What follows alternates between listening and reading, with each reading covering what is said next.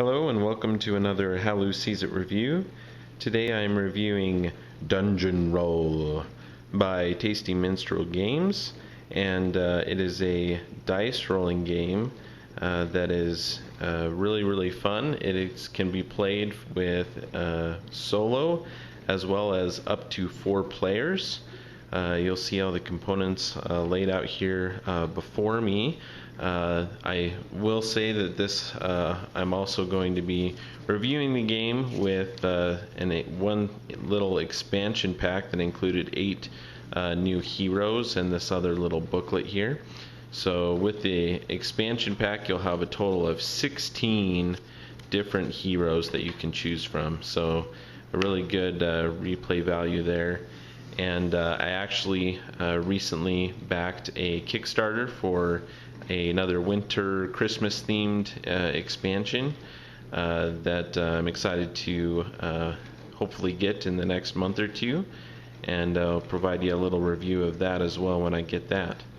But in the base game you'll find 8 heroes, you'll find some reference cards, an instruction booklet, a little booklet that goes into a little more detail on the hero cards.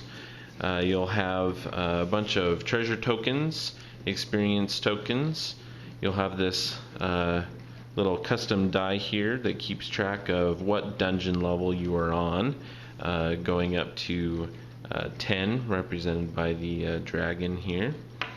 You'll have 7 dungeon dice, represented in the black here.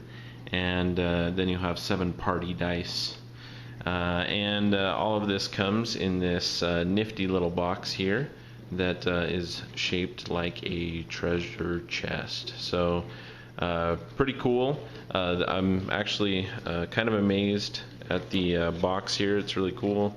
Everything fits in there nicely. I just kind of stack it in there.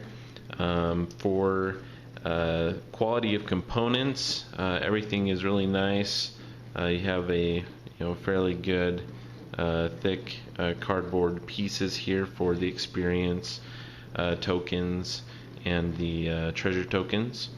The treasure booklets, or the booklets here, the instructions, the reference cards, and these cards here are all very good quality. I really enjoy the artwork. I think it's really well done. I am a little disappointed the fact that you have 2 sides of the cards here. You kind of have the novice and then kind of the expert. As soon as you get 5 experience points, you get to flip over your card.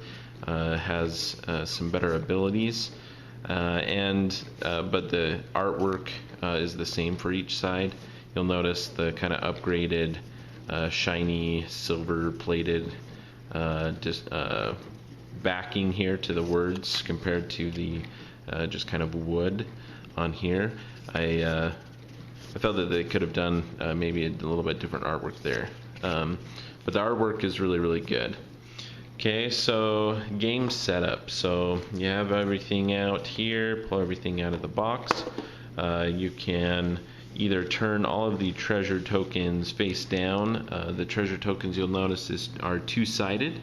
The back here just kind of has a general treasure gold looking design to them, and then on the other side you'll have a various different things on the backs there. So here's a reference card. It will show you on this side all of the different treasure tokens that are available for you to get from the treasure box. So you can either flip them all over here, or what I like to do, and I think what most people do, is you go ahead and slide all of the treasure tokens into the treasure chest here, and then that way you can shake it up and draw them out of the box. Okay. You'll keep the experience tokens handy as you go throughout the game, as well as those and the reference dungeon reference level die there.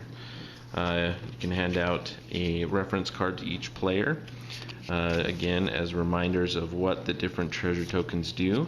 And then on this side you'll see the different icons here for the party dice and the dungeon dice, and some of the special ones down here, and kind of a chart to remind you what each die does and can do when you're in the dungeon. So let's go ahead and take a look at the game. So setup, obviously really simple, really quick. When you're playing with more players, other than a single game, you can either shuffle these up and deal them out randomly. That's what the game suggests, but you can also do maybe kind of a draft type thing and pick your favorite looking hero. And let's go ahead and take a look at some of these hero cards. They're really kind of cool as far as the wide range of kind of expertise or abilities.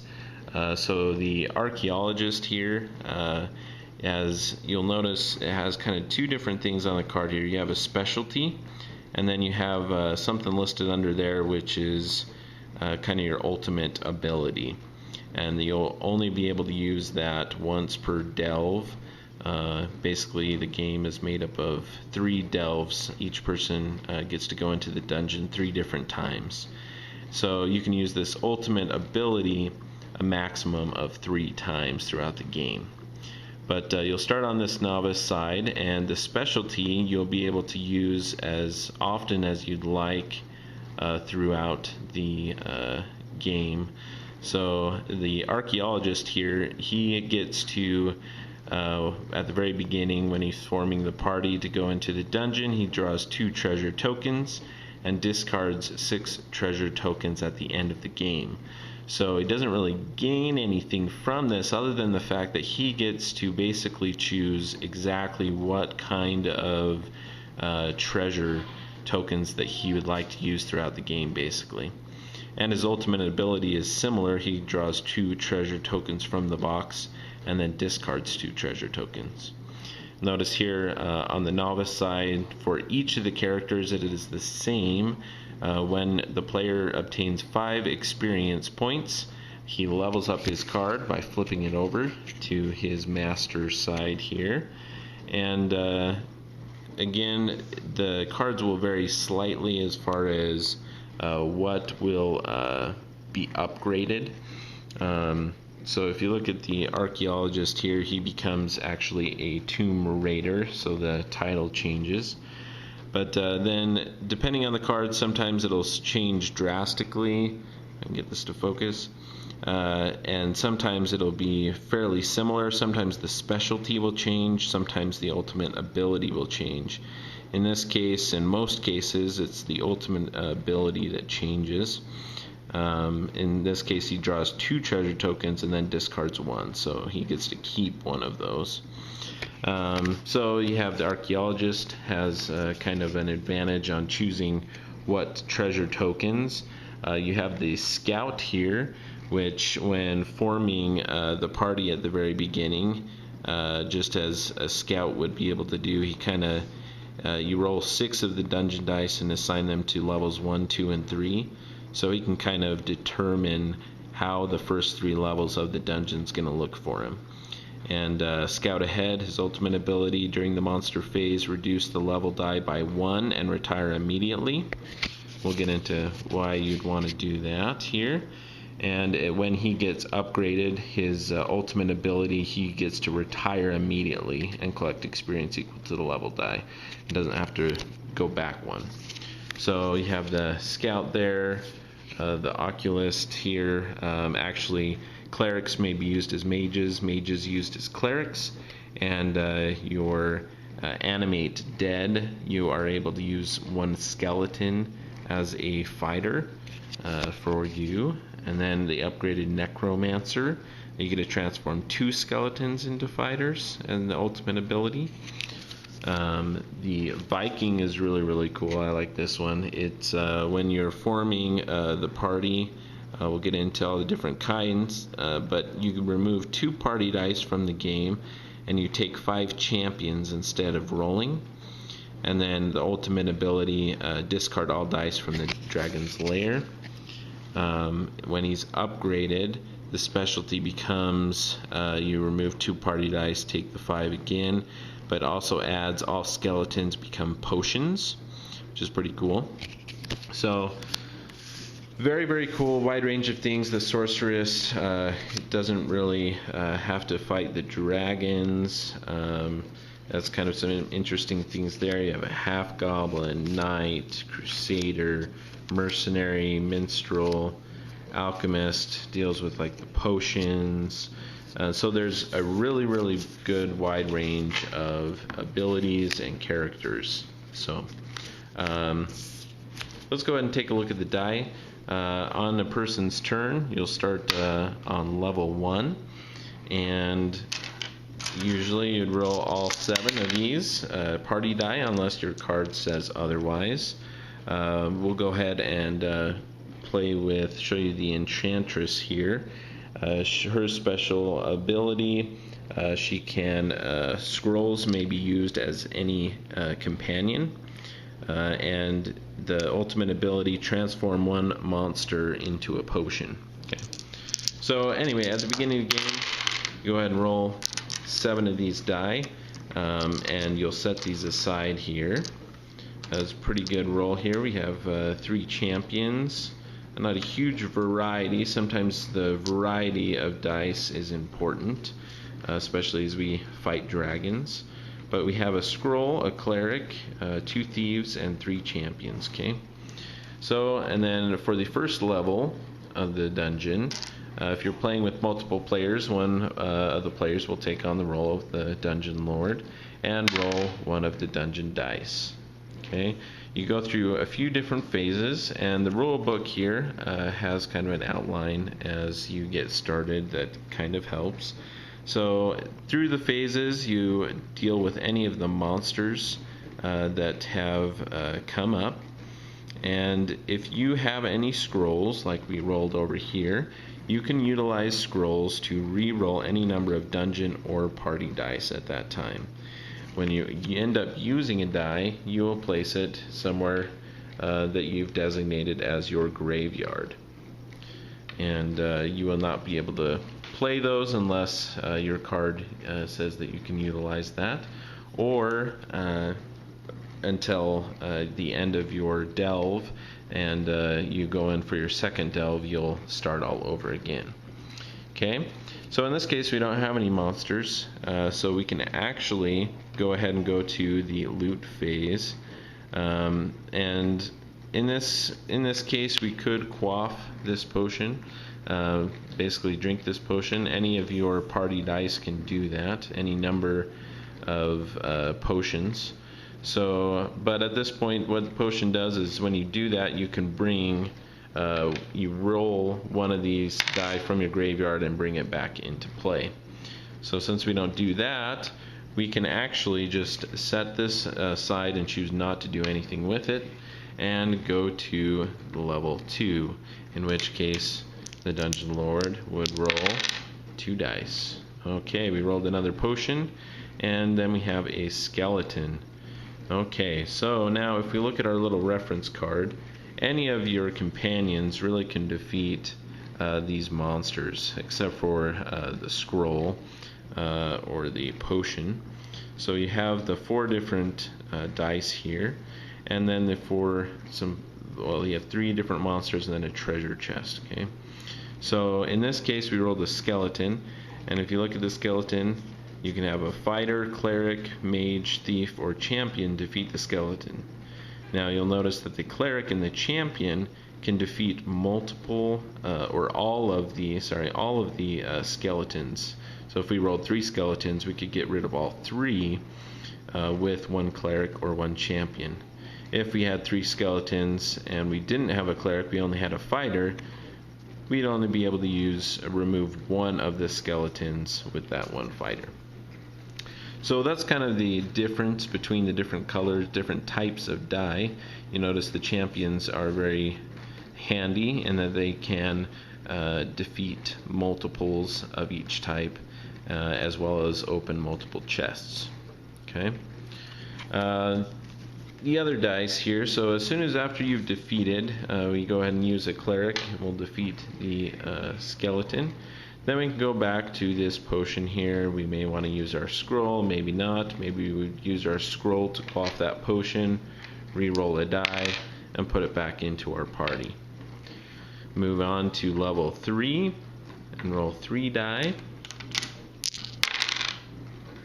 Wow, I'm rolling a lot of potions today. Okay, and we have an ooze. So at this point, I'm going to go ahead and use a champion to do that and defeat the ooze. And I'm going to go ahead and quaff this potion with a thief.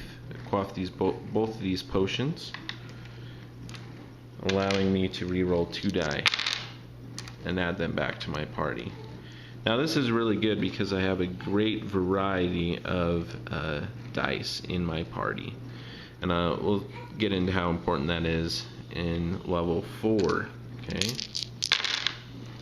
level 4, nothing but monsters and a dragon. Okay, dragons are immediately placed in the dragon's lair out of play over here. Okay, and let's go ahead and look at these. We can, again, variety of monsters. So you'll notice we're going to have to use 3 different monsters to get rid of these. Okay. Now we could use our ultimate ability for this delve and turn one of the monsters into a potion, and we can talk about that. But I'm going to go ahead and skip and show you what happens with these dragons. Okay, so you continue to go through the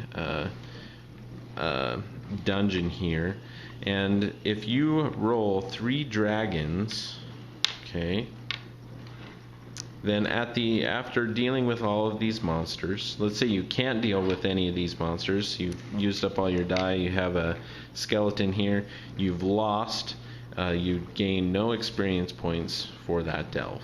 Okay, now if you defeat the skeleton, okay, let's say you've defeated the skeleton and we still have a bunch of dice over here, but we have a dragon to face. So before going on to level 5, I need to defeat this dragon, and that is done by 3 different types of fighters here. Not fighters, but companions. So you can use a champion, mage, fighter, or any combination of the 3. Now some of the treasure tokens act as one of these. So this purple one, they're all nicely color coded, acts as a thief. You'd be able to use a treasure token if you have one, as well as one of those 3 to defeat the dragon. After defeating the dragon, you'd be able to draw 1 treasure token, adding it to your supply, and any used tokens would get put back in the treasure box. Okay, and you'd get 1 experience point for each dragon that you defeat. After that, then you may choose to move on to level 5. Now, as you can see, it gets a little more risky as you go in. You have more dungeon dice that you will need to fight, and you're going to have less and less party members to do so. If you choose so, you can instead, after defeating the dragon at this point, decide to leave the dragon and obtain 4 experience points. Now that would be very nice in this situation because we already had 1 from defeating the dragon. We would have 5, and it could be a good spot to end if we are low on our party die. We have 5, and that is good because we'd be able to level up our hero here for going into the next round. So that's how the game is played. It is I really enjoy it. I like the mechanics that they have built into it. It's not your everyday Yahtzee type re-roll the dice. You have the option of doing that with the scrolls and the potions and things, which is cool.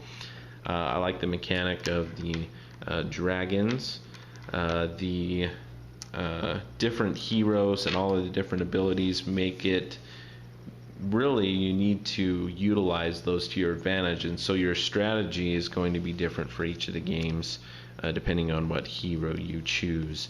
You have that other expansion, you have 16 different ones, so it's pretty impressive. The one thing that I will say, if you're playing with multiple players, you'll notice there isn't really any player interaction throughout the game. You'll have one person rolling the dungeon dice and the other playing the hero going through there. So I think it plays really well with two players because you have someone always kind of doing something. As you get into 3 and 4, you're going to be waiting a few times and not really doing anything. There's no interaction with other players.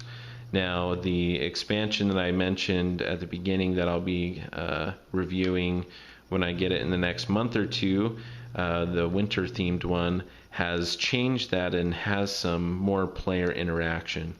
I'm looking forward to seeing what other expansions they may come up with that can just add to the game. But I really enjoy this game, highly recommend it.